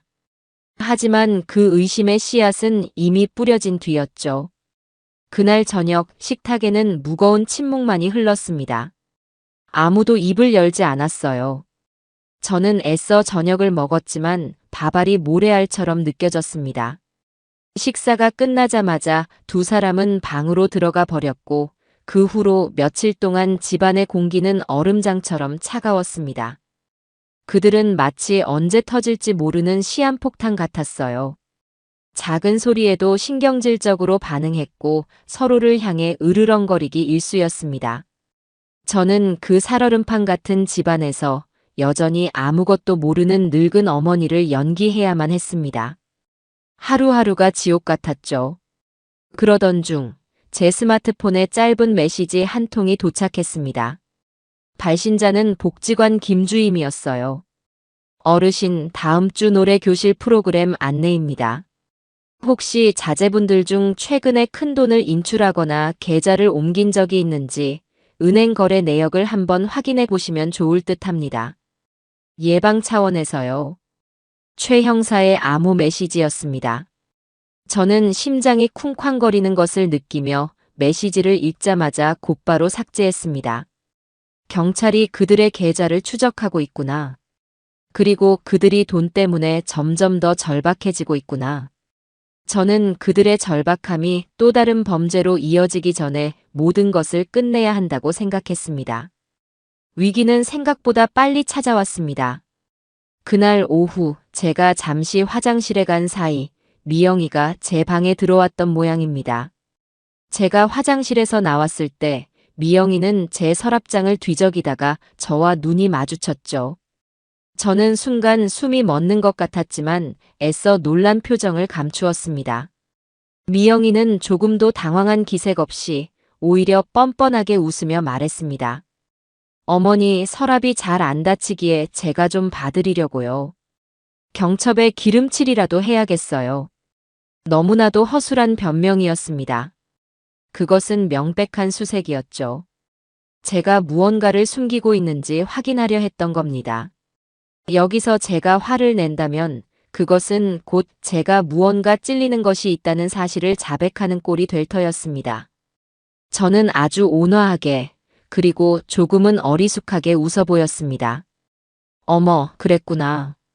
우리 며느리가 엄마 생각해서 그런 거였네. 고맙다. 근데 내 물건들은 다 낡아서 손 뗄 것도 없어. 내가 알아서 정리하는 게 마음이 편하단다. 그냥 놔두렴. 제 반응에 미영이는 잠시 할 말을 잃은 듯 보였습니다. 그때 그녀의 눈에 서랍장 위에 놓여있던 금융사기 예방 안내 책자가 들어왔습니다. 어머니, 아직도 이런 걸 보고 계셨어요? 그 목소리에는 날카로운 의심이 담겨 있었죠. 그럼. 내 친구가 바로 저런 놈들한테 당했다니까. 내가 밤낮으로 읽고 또 읽어서 다시는 우리 가족이 저런 일에 휘말리지 않도록 공부하고 있는 중이다. 너희도 시간 날 때 한번 읽어보렴. 아주 유익하단다. 저는 한 점의 흔들림도 없이 미영이의 눈을 똑바로 쳐다보며 말했습니다. 제 너무나도 뻔뻔하고 태연한 태도에 미영이는 결국 자신의 의심을 접을 수밖에 없는 듯 보였습니다. 그녀는 멋쩍게 웃으며 방을 나갔죠. 미영이가 나간 뒤 저는 그대로 자리에 주저앉고 말았습니다. 온몸의 힘이 다 빠져나가는 기분이었어요. 이제 더 이상은 위험했습니다. 집은 더 이상 안전한 장소가 아니었죠. 그들의 의심은 언제든 다시 제 목을 조여올 수 있었습니다.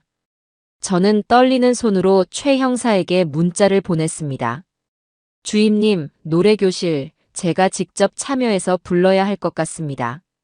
이제는 제가 직접 미끼가 되어야 할 시간이었습니다. 며칠 뒤 저는 준서 선생님의 도움을 받아 복지관 근처의 한적한 카페에서 최 형사를 몰래 만났습니다. 그 사이 더욱 수척해진 제 얼굴을 본 최 형사는 안타까운 표정을 지었죠. 어머니 힘드시죠? 저희도 아드님 계좌를 계속 추적하고 있는데 돈이 급한지 여기저기서 대출을 알아보는 흔적이 포착됐습니다. 아마 조만간 또 다른 범행을 계획할 겁니다. 그래서 제가 직접 나서야겠다고 결심했습니다. 더 이상은 시간만 보내고 있을 수가 없어요. 제 단호한 말에 최 형사는 잠시 고민하더니 이내 결심한 듯 입을 열었습니다. 알겠습니다, 어머니. 사실 저희도 어머니께 이 말씀을 드리려고 했습니다. 저희가 새로운 판을 짜고 어머니께서 미끼가 되어주시는 겁니다. 물론 아주 위험한 일이 될 수도 있습니다. 괜찮으시겠습니까? 저는 조용히 고개를 끄덕였습니다. 두려웠지만 이것만이 모든 것을 끝낼 수 있는 유일한 방법이라는 것을 알고 있었습니다. 제 아들의 죄를 제 손으로 끊어내야만 했습니다. 그것이 엄이 된 마지막 돌이라고 생각했죠. 그날부터 우리는 아주 은밀하고 치밀한 작전을 계획하기 시작했습니다. 작전의 내용은 이러했습니다. 제가 돌아가신 저희 남편의 유품을 정리하다가 아주 오래전에 사두었던 낡은 양도성 예금 증서를 우연히 발견한 것처럼 연기하는 것이었죠. 그 증서는 막 만기가 되어 지금 당장 현금으로 찾으면 2억 원이 넘는 큰돈이 되는 것으로 설정했습니다. 저는 이 우연히 생긴 목돈의 처리를 고민하는 순진한 노인 역할을 맡아야 했습니다. 그리고 아들 내외에게 이 돈을 어떻게 하면 좋을지 모르겠다. 너희가 좀 안전하게 굴려줄 수 없겠니? 라며 먼저 미끼를 던지는 것이었죠. 돈의 혈안이 된 그들이라면 틀림없이 이 미끼를 덥석 물 것이 분명했습니다. 가장 중요한 것은 신호였습니다. 아들 내외가 가짜 투자 계약서를 들고 와 제게 도장을 찍으라고 하는 결정적인 순간, 제가 약속된 신호 대사를 외치면 주변에 잠복해 있던 형사들이 현장을 덮치는 계획이었죠. 최 형사는 신호 대사를 몇 번이고 제게 각인시켰습니다. 우리 아들 믿고 이 늙은 어미가 마지막으로 큰 결정 한번 해보는구나. 이 한 문장이 모든 것의 시작과 끝이 될 터였습니다. 작전을 계획하는 며칠 동안 저는 집에서 제 인생 최고의 연기를 펼쳤습니다. 먼지 쌓인 장롱 깊숙한 곳에서 낡은 나무 상자 하나를 꺼내는 것부터 시작했죠. 그리고는 아들 내외가 모두 있는 저녁 식사 시간에 마치 엄청난 것을 발견했다는 듯 호들갑을 떨며 그 상자를 들고 나왔습니다. 얘들아, 이것 좀 보거라. 내가 세상에 이걸 까맣게 잊고 있었지 뭐니. 상자 안에는 제가 미리 준비해둔 그럴듯하게 낡아 보이는 가짜 증서가 들어 있었습니다. 아들 내외는 처음에는 반신반의하는 표정으로 증서를 살펴보았죠. 하지만 곧 인터넷으로 무언가를 검색해보던 미영이의 눈이 동그랗게 커졌습니다. 어머니, 이거 진짜예요. 지금 찾으면 세금 떼고도 2억이 넘는 돈이에요. 그 순간 민수와 미영이의 눈빛이 변하는 것을 저는 보았습니다. 그들의 눈에는 더 이상 의심이 아니었습니다. 주체할 수 없는 탐욕이 뱀처럼 또아리를 틀고 있었죠. 그날 이후 집안의 분위기는 완전히 달라졌습니다. 얼음장 같던 집안에 웃음꽃이 피었고 아들 내외는 제게 지극정성으로 효도하기 시작했습니다. 비싼 영양제를 사오는 것은 물론 매일같이 제 어깨와 다리를 주물렀죠. 그들의 역겨운 위선을 마주하는 것은 고통스러웠지만 저는 아무것도 모르는 채 행복에 겨워하는 늙은 어머니를 완벽하게 연기했습니다. 며칠 뒤 예상대로 미영이가 조심스럽게 제게 말을 꺼냈습니다. 어머니, 그 돈 그냥 은행에 넣어두면 이자도 얼마 안 붙고 아깝잖아요. 저희가 아주 안전하고 좋은 투자처를 아는데 어머니 노후 저희가 책임지고 멋지게 굴려드릴게요. 드디어 그들이 미끼를 문 것이었습니다. 저는 못 이기는 척 너희만 믿겠다며 모든 것을 맡겼습니다. 약속 장소는 경찰이 미리 섭외해둔 시내의 한적한 카페로 정해졌습니다. 그곳은 이미 수많은 위장 손님, 즉 형사들로 가득 차 있을 터였죠. 결전의 날이 밝았습니다. 저는 일부러 가장 아끼던 고운 한복을 꺼내 입었습니다. 마지막으로 거울 앞에 선 제 모습이 낯설게만 느껴졌습니다. 아들과 며느리를 잡기 위해 제 손으로 판을 짜고 이제 그 마지막 무대에 오르기 직전이었으니까요. 민수가 운전하는 차를 타고 카페로 가는 동안 아무도 입을 열지 않았습니다. 차 안에는 무거운 침묵만이 흘렀죠. 카페에 도착하자 약속이라도 한 듯 창가 좋은 자리가 비어 있었습니다. 저는 자리에 앉아 애써 태연하게 차를 마셨습니다. 제 눈에는 카페 안에 앉아 있는 모든 사람들이 각자의 역할을 수행하는 배우들처럼 보였습니다. 옆자리에서 노트북을 두드리는 젊은 남자도 시끄럽게 수다를 떠는 아주머니들도 모두 최 형사의 팀원들이었죠. 잠시 후 민수와 미영이는 준비해온 서류 가방에서 두툼한 계약서를 꺼내 제 앞에 내밀었습니다. 어머니, 여기에 도장만 찍으시면 돼요. 이제부터는 아무 걱정 마시고 저희만 믿으세요. 미영이의 목소리는 꿀처럼 달콤했지만 그 눈은 뱀처럼 차가웠습니다. 저는 떨리는 손으로 인주와 도장을 집어들었습니다. 제 심장이 제 것이 아닌 것처럼 미친 듯이 뛰기 시작했습니다. 저는 고개를 들어 제 앞에 앉은 아들의 얼굴을 보았습니다. 그의 얼굴에는 오직 탐욕과 초조함만이 가득했습니다. 저는 깊게 숨을 들이마셨습니다. 그리고는 온 힘을 다해 또박또박 연습했던 마지막 대사를 은조렸습니다. 우리 아들 믿고 이 늙은 어미가 마지막으로 큰 결정 한번 해보는구나. 제 목소리가 카페의 소음을 가르고 울려 퍼지는 순간 세상의 모든 소리가 멎는 듯 했습니다. 째깍거리던 시계추가 멈추고 사람들의 웃음소리가 사라지고 커피 내리는 기계 소리마저 잠잠해졌죠. 그 정적 속에서 제 앞에 앉아있던 아들 민수의 얼굴이 천천히 굳어갔습니다. 계약서에 찍힐 제 도장만 바라보던 그의 눈이 무언가 잘못되었음을 깨닫고는 당황과 혼란으로 흔들리기 시작했습니다. 바로 그때였습니다. 옆자리에서 노트북을 두드리던 젊은 남자가, 창가에서 신문을 보던 중년 신사가, 심지어 카운터에서 주문을 받던 아가씨까지. 카페 안의 모든 사람들이 약속이라도 한 듯 자리에서 일어났습니다. 그리고 그들의 손에는 차갑고 서늘한 빛을 뿜어내는 경찰 신분증이 들려 있었죠. 꼼짝 마! 사기 및 유사수신 행위의 규제에 관한 법률 위반 혐의로 당신들을 체포합니다.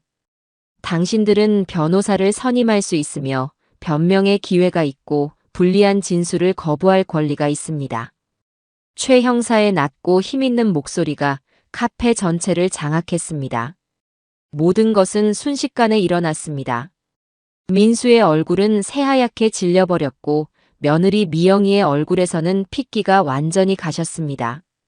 미영이는 상황 파악이 되지 않는다는 듯 잠시 멍하니 주변을 둘러보았죠. 뭐예요, 당신들. 지금 무슨 짓이에요? 우리가 뭘 어쨌다고. 미영이가 날카롭게 소리쳤습니다. 그녀는 마지막까지 발버둥 치려는 듯 보였어요.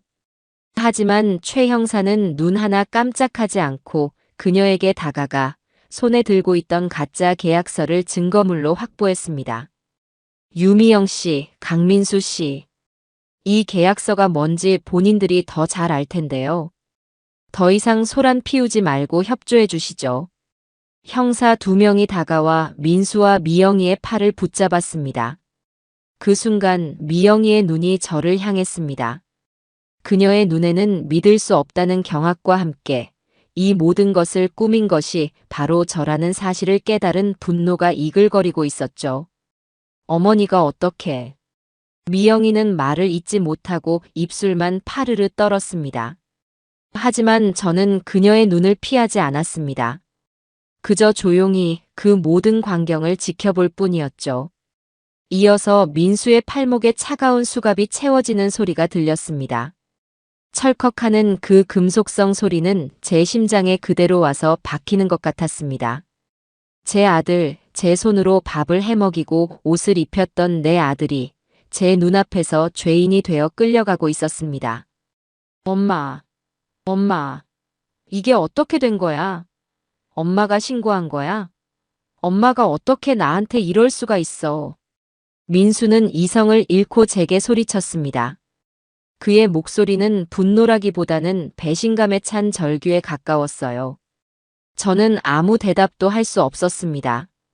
그저 고개를 떨군 채 제 손으로 제 아들의 인생을 망쳐버렸다는 죄책감에 온몸을 떨고만 있었죠.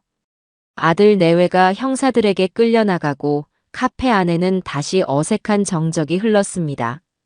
최 형사가 제게 다가와 조심스럽게 어깨를 감싸주었습니다. 어머니, 괜찮으세요? 정말 큰일 하셨습니다. 괜찮을 리가 없었죠. 제 속은 이미 까맣게 타서 제가 되어버린 기분이었습니다. 승리의 기쁨 같은 것은 조금도 없었어요. 오직 가슴을 찢는 듯한 고통과 슬픔만이 저를 짓누르고 있었습니다. 제가 한 일이 과연 옳은 일이었을까요? 어미가 되어 자식을 고발한 저를 세상이 손가락질하지는 않을까요? 온갖 생각들이 저를 괴롭혔습니다. 경찰서로 이동하는 내내 저는 창밖만 바라보며 한마디도 하지 않았습니다. 최 형사는 그런 저를 배려해 주는지 아무것도 묻지 않고 묵묵히 운전만 했죠. 경찰서에 도착해 조사를 받는 동안에도 저는 기계처럼 질문에만 대답할 뿐이었습니다. 모든 것이 꿈처럼 느껴졌어요. 끔찍한 악몽이었습니다. 모든 조사가 끝난 뒤 최 형사가 저를 조용한 조사실로 데려갔습니다. 따뜻한 차 한 잔을 건네며 그는 아주 조심스럽게 입을 열었죠. 어머니, 아드님께서 어머니를 꼭 한번 뵙고 싶어 합니다. 지금 제정신이 아닌 것 같아서 어머니께서 한번 만나서 진정시켜 주시는 게 좋을 것 같습니다. 저는 망설였습니다. 제정신이 아닌 것은 저도 마찬가지였으니까요. 하지만 피할 수는 없는 일이었습니다. 저는 결국 고개를 끄덕였고 최 형사는 저를 취조실 안으로 안내했습니다. 차가운 쇠문이 열리고 저는 수갑을 찬 채 의자에 앉아 있는 민수와 마주했습니다. 아들의 얼굴은 불과 몇 시간 만에 완전히 망가져 있었습니다. 헝클어진 머리, 충혈된 눈, 절망으로 일그러진 표정. 저를 발견한 민수는 고개를 숙인 채 한동안 아무 말도 하지 않았습니다. 저 역시 무슨 말을 먼저 꺼내야 할지 알 수가 없었죠. 엄마. 한참 만에 민수가 저를 불렀습니다. 그의 목소리는 잔뜩 쉬어 있었어요. 정말 엄마가 한 거야? 나한테 어떻게 이럴 수가 있어. 그의 목소리에는 여전히 원망이 가득했습니다. 저는 자리에서 일어나 아들 앞으로 다가갔습니다. 그리고는 그의 얼굴을 가만히 쓰다듬었죠. 민수야. 내가 널 신고한 게 아니야. 제 말에 민수가 고개를 번쩍 들었습니다. 그의 눈에는 의문이 가득했죠. 내가 널 멈추게 한 거란다. 이 어미가 아니면 아무도 널 멈추게 할 수가 없었으니까. 저는 담담하게 말했습니다. 더 이상 눈물은 나오지 않았어요. 내가 더 큰 죄를 짓기 전에, 더 많은 사람들 눈에 피눈물을 내게 하기 전에, 내 인생이 완전히 망가져 버리기 전에 이 어미가 막아야만 했어. 왜 그랬니? 내 아들. 왜 그랬어? 돈이 그렇게 중요했니? 다른 사람도 아니고 네 어미 같은 힘없는 늙은이들 등을 쳐서 번 돈으로 행복하게 살 수 있을 거라고 생각했어. 그 돈으로 이 어미한테 맛있는 거 사주면 내가 기뻐할 거라고 생각했니? 제 조용한 질문이 취조실의 차가운 공기를 갈랐습니다. 그 질문은 제 아들의 마지막 남은 자존심과 변명을 무너뜨리는 망치와도 같았습니다. 민수는 더 이상 저를 원망하지 못했습니다. 그의 눈에서 뜨거운 눈물 방울이 뚝뚝 떨어지기 시작했죠. 엄마, 내가 잘못했어. 마침내 아들의 입에서 터져나온 것은 변명이 아닌 뒤늦은 후회와 참회의 울음이었습니다. 민수는 어린아이처럼 책상에 엎드려 목 놓아 울기 시작했습니다. 그 울음소리 속에는 그가 그동안 짊어져왔을 모든 절망과 압박감, 그리고 죄책감이 뒤섞여 있었습니다. 저는 그런 아들의 등을 아무 말 없이 그저 조용히 쓸어주었습니다. 아직 모든 것이 끝난 것은 아니었지만 어쩌면 모든 것을 다시 시작할 수 있는 첫걸음은 바로 이 눈물에서부터 시작되는 것일지도 모른다고 저는 생각했습니다. 아들의 울음소리가 멎고 난 뒤 저는 최 형사로부터 사건의 전말을 모두 전해 들을 수 있었습니다. 제 아들 내외의 이야기는 제가 상상했던 것보다 훨씬 더 비참하고 슬픈 것이었죠. 모든 것은 욕심에서 시작되었습니다. 민수와 미영이는 결혼 후 주변 친구들처럼 번듯한 아파트를 장만하고 좋은 차를 굴리며 살고 싶어 했다고 합니다. 하지만 빠듯한 월급만으로는 어림도 없는 일이었죠. 그러던 중 그들은 지인으로부터 아주 확실한 부동산 개발 정보라는 것을 듣게 됩니다.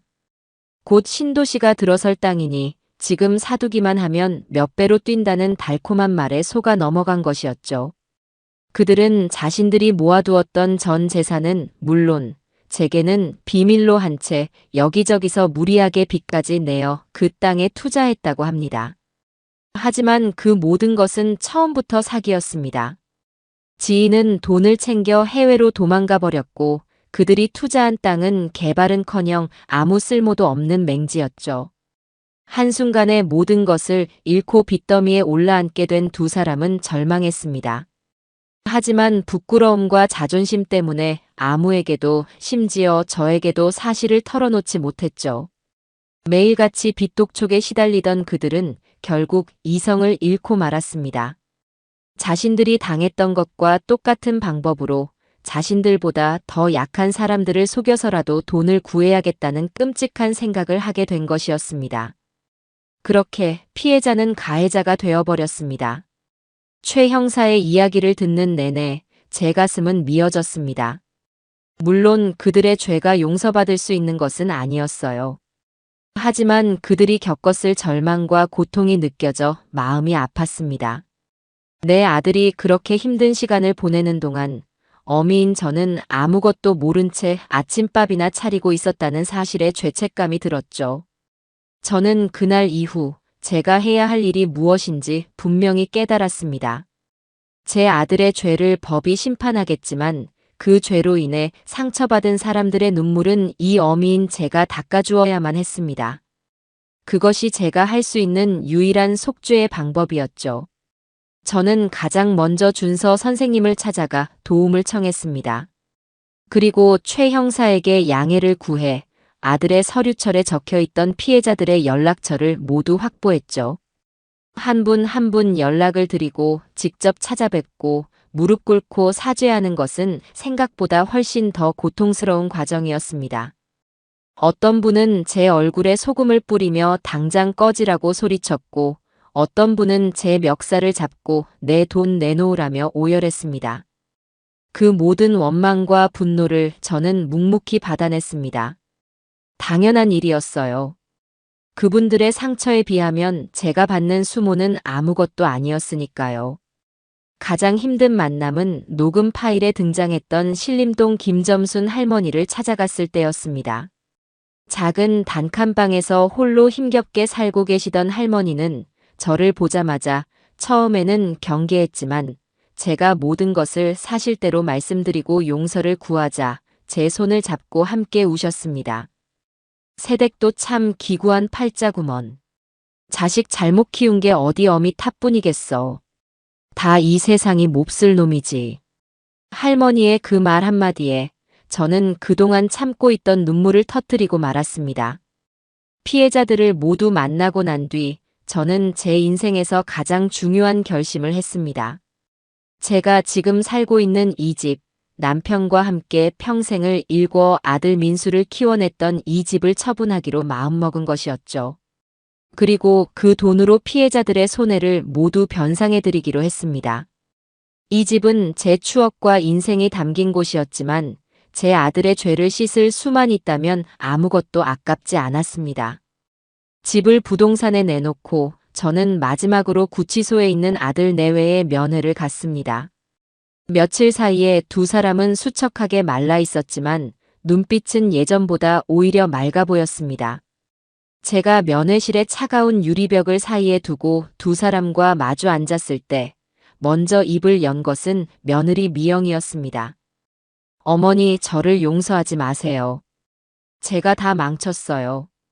민수 씨는 원래 그런 사람이 아니었어요. 제가 옆에서 계속 부추기고 제가 다 죄인이에요. 미영이는 고개를 숙인 채 진심으로 뉘우치고 있었습니다. 저는 그런 며느리를 보며 조용히 말했죠. 지난 일은 이제 그만 이야기하자. 내가 오늘 온 것은 너희에게 할 말이 있어서란다. 저는 제가 집을 팔기로 한 사실과 그 돈으로 피해자들에게 모두 변상을 해주기로 했다는 사실을 담담하게 이야기했습니다. 제 말을 듣는 민수와 미영이의 얼굴이 하얗게 질려갔습니다. 엄마, 안 돼.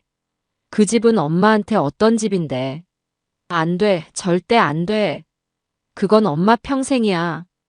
민수가 울부짖으며 유리벽을 두드렸습니다. 아니, 내 평생은 바로 너란다, 아들아. 내가 잘못된 길로 갔을 때 바로 잡아주지 못한 이 어미의 잘못이기도 해. 그러니 이건 내가 마땅히 져야 할 짐이야. 너희는 그 안에서 죗값 달게 받고 다시 세상에 나왔을 때 그때는 정말 정직하게 땀 흘리면서 살아다오. 이 어미에게 그것 하나만 약속해 주렴. 제 말에 아들 내외는 더 이상 아무 말도 하지 못하고 그저 눈물만 흘렸습니다. 그 눈물은 제가 그들에게서 처음 보는 진실한 참회의 눈물이었습니다. 얼마 후 재판이 열렸습니다. 아들 내외는 자신들의 모든 죄를 인정하고 깊이 반성하는 모습을 보였습니다. 그리고 제가 피해자 전원에게 피해 금액을 변상하고 합의를 이끌어낸 것이 정상 참작되어 두 사람은 생각보다 무겁지 않은 형을 선고받았어요. 법의 심판은 끝났지만 저희 가족의 진짜 속죄는 이제부터 시작이라는 것을 저는 잘 알고 있었습니다. 시간은 강물처럼 흘러 어느새 두 번의 계절이 지났습니다. 저는 아들 내외와 함께 살던 정든 집을 떠나 햇살이 잘 드는 작은 빌라의 월세방으로 거처를 옮겼습니다. 처음에는 텅 빈 방 안에서 혼자 눈을 뜨는 아침이 낯설고 외로웠지만 저는 주저앉아 있지 않았습니다. 제게는 이제 저 자신만의 새로운 인생을 살아갈 시간이 주어진 것이라고 생각하기로 했죠. 가장 먼저 저는 그동안 미뤄두었던 것들을 하나씩 배우기 시작했습니다. 동네 복지관의 도자기 교실에 등록해서 흙을 만졌고 노래교실에서는 목청껏 노래를 불렀습니다. 처음에는 서툴고 어색했지만 무언가에 집중하고 새로운 것을 배운다는 기쁨은 제 마음의 상처를 조금씩 아물게 해주었습니다. 특히 김준서 선생님은 이제 제게 아들보다 더 살가운 존재가 되었습니다. 그는 주말마다 저를 찾아와 말벗이 되어 주었고 스마트폰뿐만 아니라 컴퓨터 사용법까지 알려주며 제가 세상과 소통하는 창을 넓혀주었죠. 우리는 가끔 함께 영화를 보러 가기도 하고 근교로 나들이를 가기도 했습니다. 피 한 방울 섞이지 않았지만 우리는 서로에게 더없이 소중한 가족이 되어 주었습니다. 제 삶은 예전보다 훨씬 더 소박해졌습니다. 넓은 집도 좋은 가구도 없었죠. 하지만 제 마음은 그 어느 때보다 평온하고 자유로웠습니다. 저는 더 이상 누군가의 아내나 어머니가 아닌 서은미라는 제 이름 석자로 온전히 서 있는 법을 배우고 있었습니다. 경로당에서 만났던 김점순 할머니나 박영감님과도 가끔 만나 함께 식사를 하며 서로의 안부를 묻는 좋은 친구가 되었습니다. 상처를 통해 만난 인연이었지만 그래서 더 서로를 깊이 이해할 수 있었죠. 그러던 어느 가을날 오후 제게 편지 한 통이 도착했습니다. 교도소에서 온 제 아들 민수의 편지였습니다. 저는 떨리는 손으로 편지를 뜯었습니다. 그 안에는 삐뚤빼뚤하지만 진심이 담긴 글씨들이 빼곡하게 적혀 있었죠. 사랑하는 엄마에게. 엄마 잘 지내고 계세요? 저는 이곳에서 잘 지내고 있습니다. 매일 정해진 시간에 일어나 일하고 책을 읽으며 많은 생각을 합니다. 제가 얼마나 어리석었는지, 얼마나 큰 죄를 지었는지 이곳에 와서야 비로소 깨닫게 되었습니다. 저는 늘 돈이 전부라고 생각하며 살았습니다. 돈만 있으면 행복해질 수 있을 거라고 믿었죠. 하지만 돈 때문에 저는 결국 제 영혼을 팔았고 가장 소중한 엄마의 마음에 대못을 박았습니다. 엄마가 차려주던 따뜻한 밥상이, 아침마다 저를 깨우던 엄마의 목소리가 얼마나 소중한 것이었는지 이제야 알게 되었습니다. 엄마, 저를 용서해달라는 말은 하지 않겠습니다. 저는 엄마에게 용서를 구할 자격조차 없는 놈이니까요. 하지만 약속할게요. 이곳에서 죗값을 다 치르고 세상에 나가는 날, 저는 완전히 다른 사람으로 태어나겠습니다. 피땀 흘려 번 돈의 소중함을 아는 사람으로, 다른 사람의 눈물을 닦아줄 줄 아는 사람으로, 그리고 엄마의 주름진 손을 부끄러워하지 않는 아들로 다시 태어나겠습니다. 그때까지 부디 건강하게만 지내주세요. 세상에서 가장 죄 많은 아들, 민수 올림. 편지를 다 읽고 났을 때 제 얼굴은 눈물로 범벅이 되어 있었습니다. 하지만 그 눈물은 슬픔의 눈물이 아니었어요. 그것은 제 아들이 마침내 어른이 되었다는 사실에 대한 안도와 감사의 눈물이었습니다. 며칠 뒤 저는 새벽같이 일어나 음식을 준비했습니다. 아들이 가장 좋아하던 소고기 미역국과 정성껏 부친 하얀 두부 부침, 그리고 몇 가지 마른 반찬들이었죠. 화려하지는 않지만 제 사랑을 듬뿍 담은 음식이었습니다. 저는 그것들을 작은 보온 도시락에 담아 아들이 있는 교도소로 향하는 버스에 몸을 실었습니다. 면회실의 차가운 유리병 너머로 이전보다 조금 야위었지만 훨씬 더 건강해 보이는 아들과 며느리의 얼굴이 보였습니다. 저를 발견한 두 사람의 눈이 동그랗게 커졌죠. 저희는 한동안 아무 말도 하지 않았습니다. 그저 서로의 얼굴을 바라볼 뿐이었죠. 하지만 그 침묵 속에서 저희는 그 어떤 말보다 더 깊은 용서와 화해를 나누고 있었습니다. 저는 가져온 도시락을 들어 올려 유리병 너머의 아들에게 보여주었습니다. 아들아, 밥은 잘 챙겨 먹고 다니니? 제 질문에 민수는 아무 말도 하지 못하고 그저 고개를 끄덕이며 눈물을 뚝뚝 흘렸습니다. 그 눈물은 더 이상 후회나 원망의 눈물이 아니었습니다. 새로운 시작을 약속하는 희망의 눈물이었습니다. 저는 아들을 보며 환하게 웃어주었습니다. 우리의 상처는 아직 아물지 않았고 앞으로 우리가 함께 걸어가야 할 길은 멀고 험할지도 모릅니다. 하지만 괜찮습니다. 우리는 이제 서로를 용서했고 다시 사랑하는 법을 배우기 시작했으니까요. 따뜻한 밥 한 끼를 나눌 수 있는 가족이 있다는 것. 그것만으로도 우리의 인생은 다시 시작될 충분한 이유가 있었습니다. 제 사연을 들어주셔서 감사해요.